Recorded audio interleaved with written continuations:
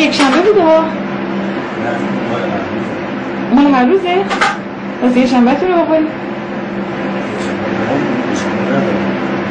نه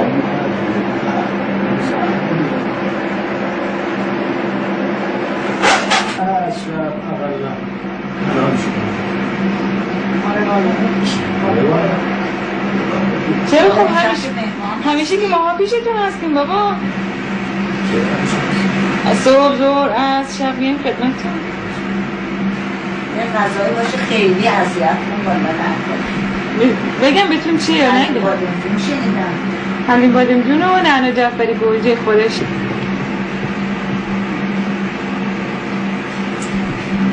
چه ساعت قشنگی آقا. دستتونه؟ آه؟ خب میدونم بر همه خاطر میگم قشنگی. خیلی ساعت میگم بود خیلی بدتر که گفتم خوب شد اون اومد که لاغر قشنگی این که من دادم معلوم بشه.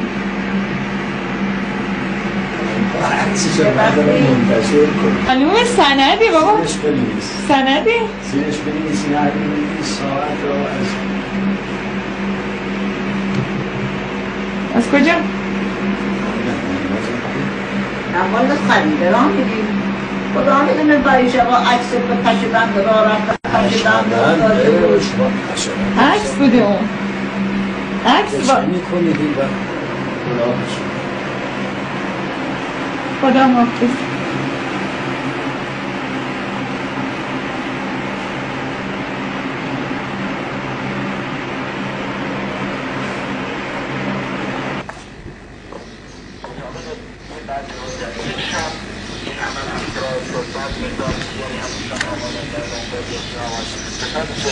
آماده کردن حکیمی آمد دون کتب زیادی گرفتن مطابق بعضی از نعراها نه متواضعیت داشتیم از چیزی کردیم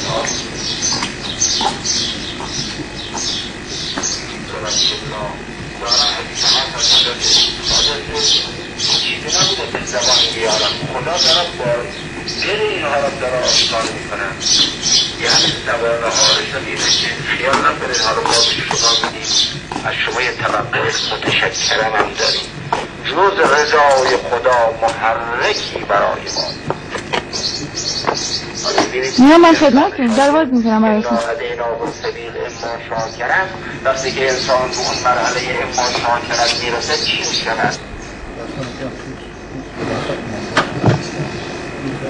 من میخواستم صبح بیام پیشتون یه خورده درس بپرسم. چه کنم بیایی که شما درس بپرسیم؟ حالا میپرسم. احمد کجاست؟ احمد نمیدونم مهمون خدا علمه. با شبم مهمون نه دیگه اصری میاد برای غروب مهمونه غروب و مهمونای شامشو. چرا تصادم که اینطوری میکنه راندی میسه؟ خب نمیبینم جلو. خب چشم یه چشم رو باز کن. ای دوتاشو ببندم وقت هیچی نمیبینم. نه اینا با هر دو رو باز کن. خب نمیبینم وقت اینو نمیبینم.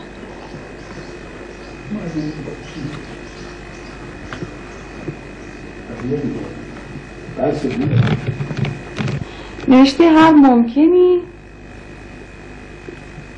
صفت عدم که الان نیستش، یعنی هر ممکنی که الان وجود نداره، ممکنی که الان تحقق نداره، این عدم نسبت به ذاتش صفت ذاتیه، بعد وجود عارضش میشه، پس وجود عرض میشه، پس عدم مقدم میشه. عدم صفت ذاتی اصلا عدم نداره. من همینو اشکال دارم دیگه. من میگم اگر که باشه که انقلاب ماهیت لازم میاد، اگه عدم ذاتیش باشه. نه اصلا عدم خودش چیزی نیست، خود ماهیت هم چیزی نیست که صفت داشته باشه. پس چی؟ آخه از یه جهت دیگه هم میگه اصلا عدم و وجود نسبت به ذات هیچ کدوم اولویت نداره. و از یه طرف دیگه هم اینطوری میگه. چطوری این دوتا رو با هم جمعش کنیم؟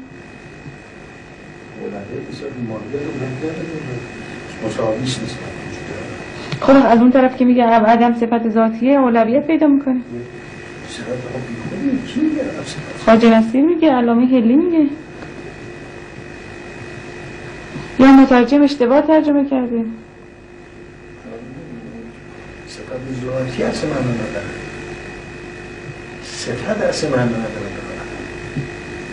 چون چیزی نیست که هیچ چی باشه. خب وقت میگه که مالیت من حیث لیس بالله. خب وقت این جمله معناش اینه که نظر به ذاتش بکنی علی السواس نسبت به وجود آدم؟ نه علی السواس. نه اون نه اون نه این نه نه اون الماء. من اینجا خواهیم بایستم، نه وای نستم تو اتاقتون. من تو اتاقتون ما نستم. برم سراغ کارم. خب برین شما هر کار داریم برین هر کار داریم، من به شما کار ندارم. اصلا اینم خراب شاید باشه. اصلا احتمال اینکه این خراب باشه خیلی هست. منم که بلد نیستم.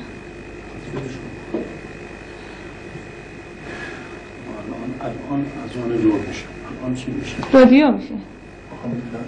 نه خاموش نکنی، من خودم اینجا بایستدم. من تو اتاقم که اسراف نیست.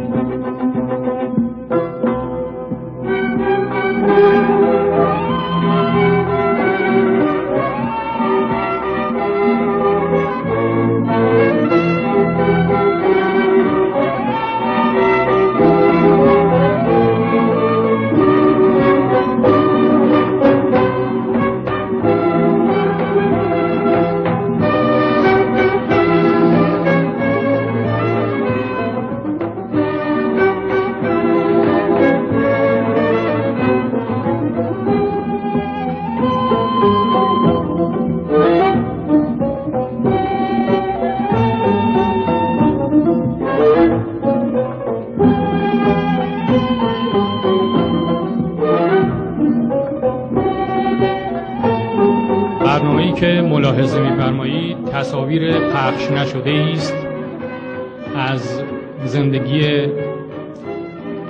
حضرت امام خمینی رحمت الله علیه.